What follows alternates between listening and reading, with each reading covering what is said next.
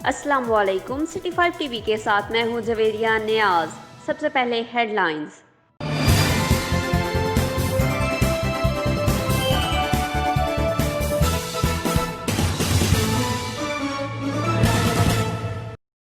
ज़ैफुल उमर शख्स को बहन के साथ शादी करवाने का झांसा देकर मकान फरोख्त करवा दिया। 9 सरबाज रकम हड़प कर गया।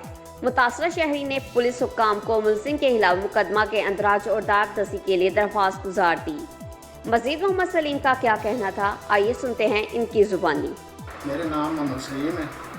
मैं कामों के रहने वाला जंपल कामों के हर मेरे सौरे सन मतलब बैंक ने उन्हें आस देख के मैंने बुला लिया थे दखड़ आन के 10 मरले जगह ली है। मैं 5 मरले बीवी के नाम कराई है, 5 मरले अपने नाम कराई है। लालात जवान हुई है।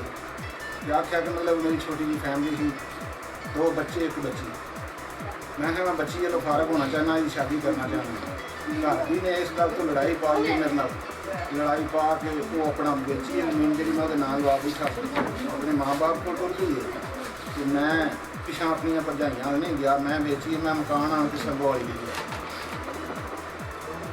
संगवाली मकान ले लिया। चैक स्ट्रक्चर का मुंडा मिले मैंने बाहर अंदर वाड़ गया। इस्लाम का हॉस्पिटल लीए, इस्लाम का बनवाई है। अखीर की बाकी इन पता लग गया कि बंदा कल है तो इन लुटो। मैं वो नाल लग गया, मेहनत मजदूरी वो नाल करता रहा। तुम इंज काम करो, इतों मकान बेचो। उसने ऐस नीयत मेरे को मकान मुकाया, मुका के मतलब पैसे आप फड़ के खा गया। मैं मंगता रहा लेकिन मैंने देंदा नहीं गया। कारे बूटे करता रहा, कारे बूटे करता रहा।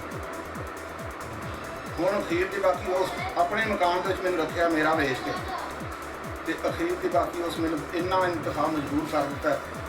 निका जहा कमरा मैंने दिता, ना तो पिछाड़ बहन जगह, ना उसे कपड़ा धोने जगह। बहुत मजबूरी ना मतलब ख्याल ये कि सिटी 5 टीवी से फिल वक्त इतना ही। जवेरिया नियाज को दीजिए इजाज़त। अल्लाह निगहबान।